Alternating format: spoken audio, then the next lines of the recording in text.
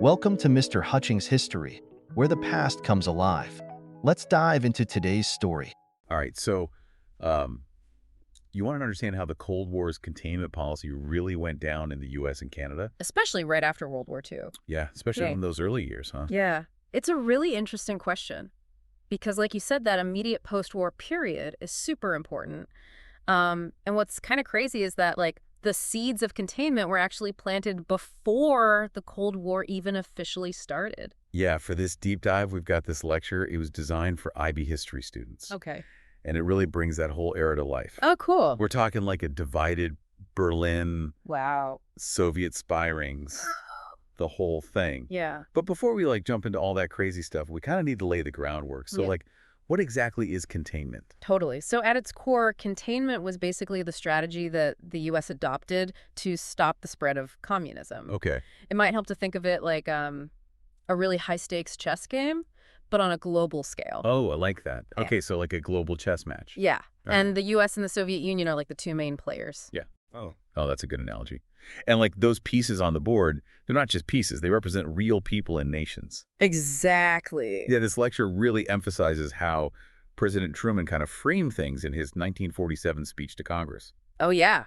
You know, he painted the world in these stark terms. Democracy versus communism. Yeah. It's pretty clear from the speech that he felt like the future of the free world was at stake. Absolutely. That speech was like a defining moment.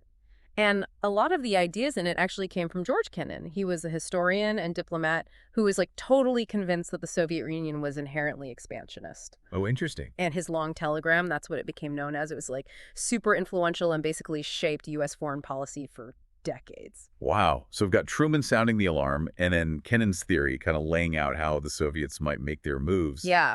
It all sounds pretty intense. Was the tension between the U.S. and the USSR like noticeable right away? Oh, yeah. Big time. It was there from the get-go. Take the Potsdam Conference in 1945, for example. World War II had just ended. Right. And the Allied leaders were all meeting up to try and figure out what comes next. But even there, even with the shared victory, so fresh cracks were already starting to show between the U.S. and the USSR. Potsdam. The conference that was supposed to like usher in this era of peace. Right. But instead it kind of set the stage for the Cold War. Yeah, you could say that. So what were the main points of contention? Well, there was a ton of disagreement over how to rebuild Europe, Yeah. especially Germany. You got to remember that the Soviets were really pushing hard for what they called a buffer zone in Eastern Europe. A buffer zone? What does that even mean? It means a whole band of countries all friendly to the Soviets, which in this context basically meant communists acting as like a shield against potential invasion from the West. Oh, I They see. saw it as like essential for their own security. And this fundamental clash of ideologies, that's really what set the stage for all the tensions that followed. Right. And then, of course, there's the Berlin blockade in 1948. Oh, yeah. That was a tense situation. The Soviets basically tried to starve West Berlin into submission. Yeah, that's a perfect example of containment in action. The Soviets blocked all land access to West Berlin. They were hoping to force the Western powers out, but instead of backing down the U.S. and its allies, they launched the Berlin airlift. The Berlin airlift.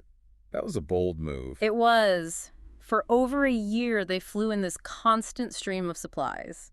Wow. Food, medicine, fuel, even coal, just to keep the city going through the winter. Imagine the logistics of that. Yeah, that must have been crazy. It was a huge gamble, but it worked. That's an incredible image.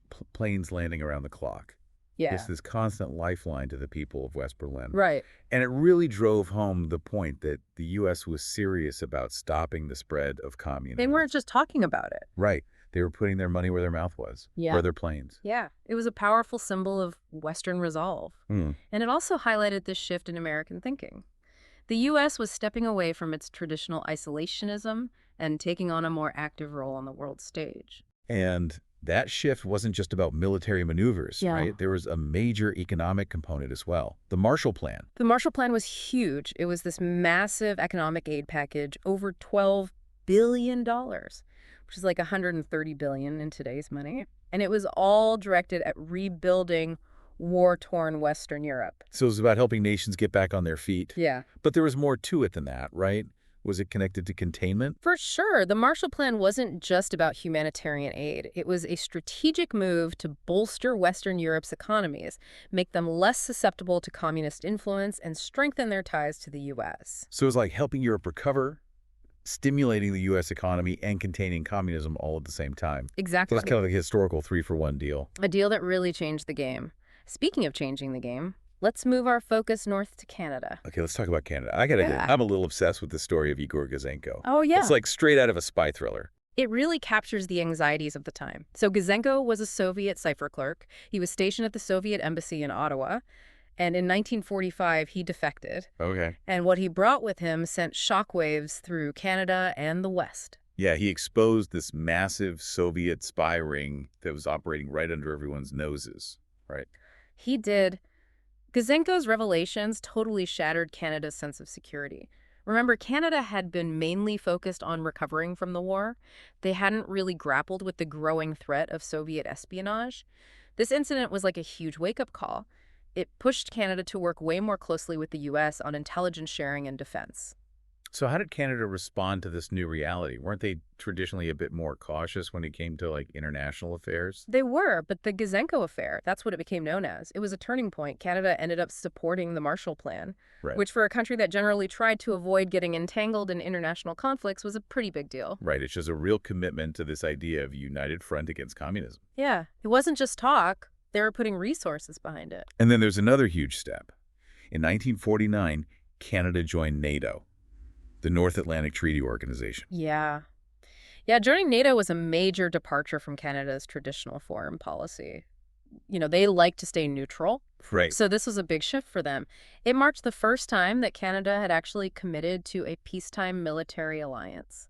Yeah, it's pretty wild how this fear of communism, driven by the need for containment, really pushed both the U.S. and Canada into this uncharted territory. It did. And, that fear, unfortunately, it had kind of a dark side as well. We Yeah. can't talk about containment without talking about, the impact it had on domestic politics, Mhm. especially in the U.S. This is where the story takes a bit of a turn. We got to talk about Senator Joseph McCarthy Oh, yeah. and the whole era of McCarthyism. Yeah. Containment starts to feel less like strategic chess and more like a witch hunt. Exactly. McCarthy, he basically capitalized on the fear of communist infiltration, which was already simmering, and he made these wild accusations, claiming that communists had infiltrated the government, Yeah. universities, even Hollywood. It was crazy. He was dragging people before the Senate, making these dramatic pronouncements about communist spies. Yeah, he was relentless. Lurking everywhere. He was a master of spectacle and manipulation. Yeah, and it worked. Yeah, it did. People were terrified. And the House Un-American Activities Committee, HUAC, they just added fuel to the fire. Oh, yeah. With their aggressive tactics and public interrogations.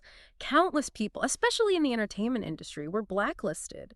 Their careers were destroyed Wow. based on flimsy evidence or just suspicion. It's kind of chilling to think about how quickly fear can just erode those civil liberties. It's true. It's like the very freedoms they were trying to protect were Mhm. being undermined by all this paranoia. Yeah, it's a stark reminder of how fragile democracy really is. And to make matters even worse, you had events like the Korean War Right. and the Rosenberg spy case, which involved passing nuclear secrets to the Soviets. This just intensified the anxiety and suspicion. Let's talk about the Korean War for a sec, because this is where containment was really put to the test. Oh, yeah, big time. This was the first major military conflict of the Cold War. Yeah, The stakes were super high. absolutely. So in 1950, North Korea, backed by the Soviet Union, and China invaded South Korea. Right.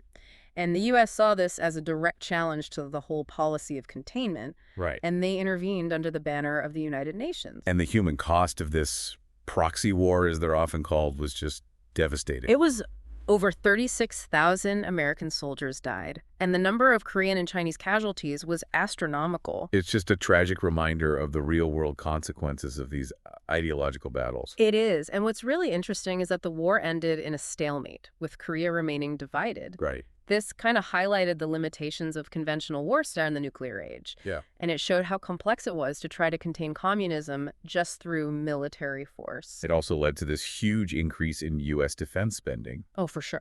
and a permanent U.S. military presence in Asia, Yeah, which really solidified the U.S.'s role as a global superpower. right. The Korean War cast a long shadow, didn't it? It did. Yeah. The lessons of Korea, or maybe the misinterpretations of Korea, they had a huge impact on how the U.S. approached future conflicts. Yeah. Especially Vietnam. Yeah. But that's a deep dive for another time. Yeah, agreed. Okay, so we've seen how containment shaped U.S. foreign policy, Right. pushed Canada into these new alliances, Yeah. and even led to this period of intense paranoia within the U.S. Right. It's a pretty complicated picture. How do historians make sense of all this? Well, there's no one narrative. Actually, there are a few different schools of thought on containment, each Okay. with their own perspective. Let's break it down. Okay. First, we've got the orthodox view. Okay, so the Orthodox historians, Okay. they see containment as this necessary and justified response to Soviet aggression. Okay. They view it as a defensive strategy aimed at protecting the free world from the expansionist aims of the communist bloc. They argue that the U.S. had no choice but to confront the Soviet threat, Right. and that containment, while not perfect, ultimately succeeded in preventing a global war. Okay, then there's the revisionist perspective. All right, so the revisionist historians, they're a little more critical. Okay. They argue that containment wasn't really about stopping communism so much as advancing U.S. economic and geopolitical interests. Interesting. They point to things like the Marshall Plan and other aid programs as evidence that the U.S. was mainly interested in creating this global capitalist system Right. that benefited American businesses and expanded American power. So the revisionists see a more self-interested motive behind U.S. actions. Yeah, you could say that. Okay, what about the post-revisionists? Where do they fit in? Okay, so the post-revisionists, they offer a more nuanced view. They acknowledge both the Soviet threat and the influence of U.S. domestic politics on foreign policy decisions. They recognize the genuine fear of communism within the U.S., but they also point out how that fear was often exploited for political gain, like we saw with McCarthyism. Right, it seems like the post-revisionists are trying to find a middle ground between the other two perspectives. Yeah, they're looking at the complexity of the situation. Recognizing that it's not so black and white. Is there another school of thought? There is. We also have the New Left historians. Okay. And they're even more critical of U.S. foreign policy during the Cold War. They see containment as a form of imperialism. Okay. They argue that the U.S. used the fight against communism as an excuse to intervene in the affairs of other nations, Right. especially in the global South, often to the detriment of those countries' own interests. So the New Left sees containment as basically a cover for American dominance. Essentially, yeah. They argue that U.S. interventions, often framed as fighting for freedom and democracy, actually propped up authoritarian regimes and hindered the development of genuine self-determination in many parts of the world. Wow, so even decades later, there's still debate about the motivations and consequences of containment. It's not as simple as saying it was good or bad, huh? No, not at all. History is rarely black and white. Right. And the Cold War is a perfect example of that. It was this period of intense ideological struggle, complex geopolitical maneuvering, and often tragic consequences. Yeah, it seems like understanding these different schools of thought is super important for getting a more complete picture of this whole era. It is. Each perspective offers valuable insights. Right. And by considering all of them, we can develop a more nuanced and informed understanding of this really complex and consequential period in history. Okay, so we've talked about the different ways historians interpret containment, but what about its lasting legacy? How did this policy shape the world we live in today?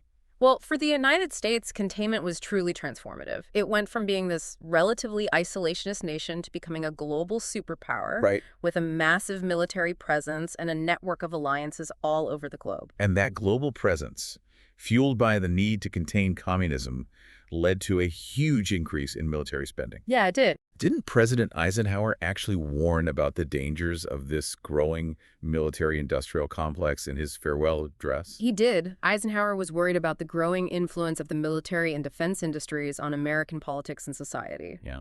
And his warnings were spot on. The military buildup that started during the Cold War, it's continued to this day. It's shaped the U.S. economy and its role in the world.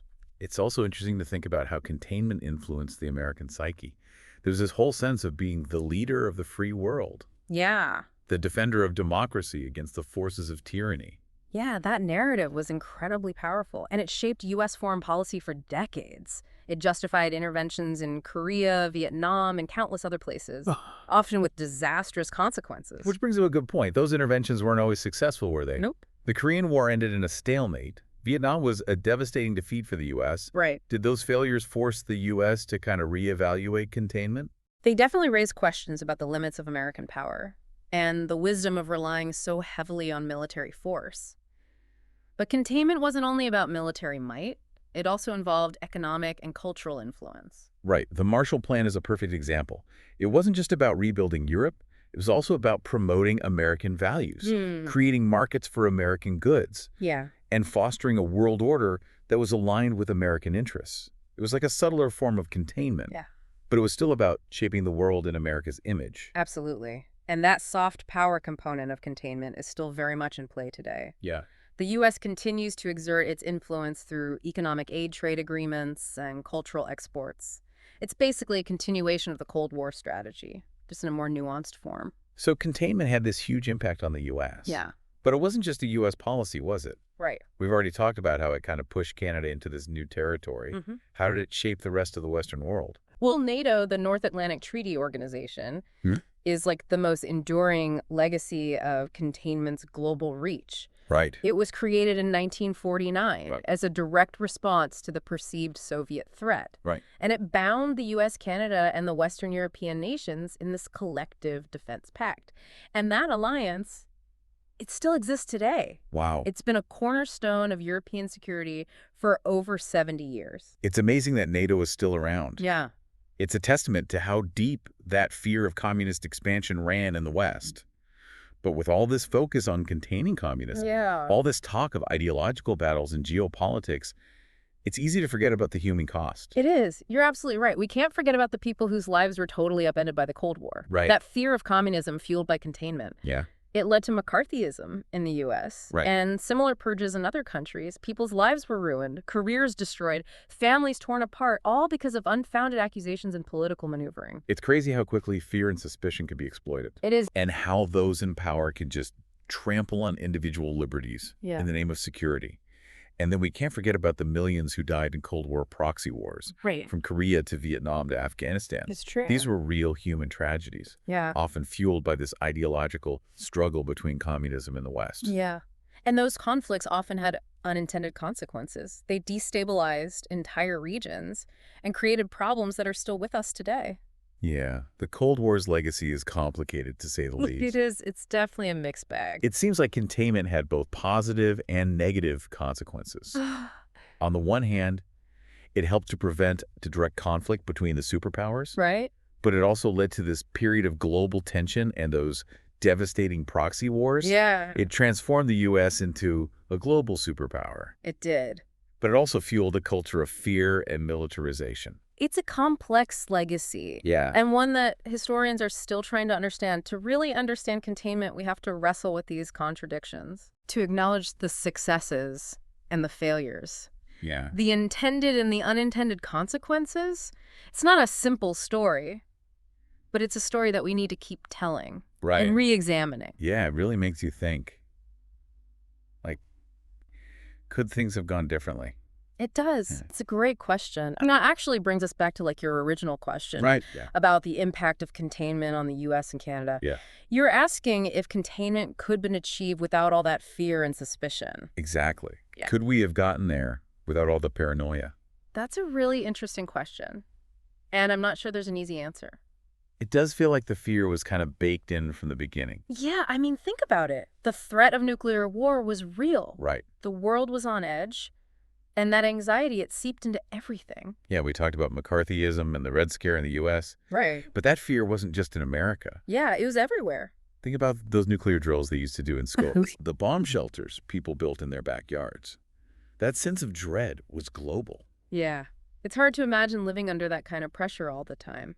It makes you wonder if all that fear was really necessary. Yeah. Or if it actually backfired. That's a great point. Like, could a less confrontational approach, one that focused more on diplomacy and understanding, could that have worked? Right. Or was the clash between communism and capitalism just too fundamental? Yeah, was some level of conflict inevitable? It's hard to say. It really is. And it's a question that historians are still debating. Some argue that the firm stance of containment was crucial to stop Soviet expansionism. Right. While others believe that it kind of created a self-fulfilling prophecy. Right, by escalating tensions. Yeah, and reinforcing the very divisions they were trying to overcome. Which kind of brings us back to those different schools of thought. Right. The orthodox historians, The revisionists, the post-revisionists, the New Left, they all offer different perspectives on these questions. Exactly. It just shows how complex this period really was. It does. And it highlights how important it is to approach history with an open mind. Right. To recognize that there are multiple valid interpretations, and that the past is rarely as simple as it might seem. So as we wrap up this deep dive into containment, what can we take away from all this? Well, for me, one of the biggest takeaways is that history isn't set in stone. Right. The choices that leaders make, the actions individuals take, they all have consequences, often unforeseen consequences, that ripple through time. It's a good reminder that we have a responsibility to learn from the past. Absolutely. And to approach the present with an understanding of the forces that shape the world we live in. Exactly. We can't change what happened, but we can learn from it. Right, by understanding the Cold War. Yeah, the motivations and fears that drove both sides, the successes and failures of containment. Right. Hopefully we can avoid making the same mistakes. It's all about recognizing that the past isn't really over. Yeah. It's woven into the fabric of our present. It influences the challenges we face and the choices we make. And in a world facing new ideological divides, geopolitical tensions, the threat of conflict, understanding the Cold War feels more relevant than ever. So to our listener who asked this amazing question about containment and the shadow of fear, we may not have a definitive answer. Yeah, it's not an easy one. But hopefully this deep dive has given you a better understanding of that era. Yeah. The impact of containment. For sure. And the questions that historians are still debating. Maybe as you keep exploring this topic, you'll find your own answers about whether containment could have worked without all that fear and suspicion. Right. And maybe your insights can help us all navigate the complexities of our own time. I like that. Because, as we've learned, the past is never truly over. It's an ongoing conversation, a story that's still unfolding. And we all have a role to play in shaping the chapters to come. Thanks for listening to Mr. Hutchings History. Keep exploring, and we'll see you next time.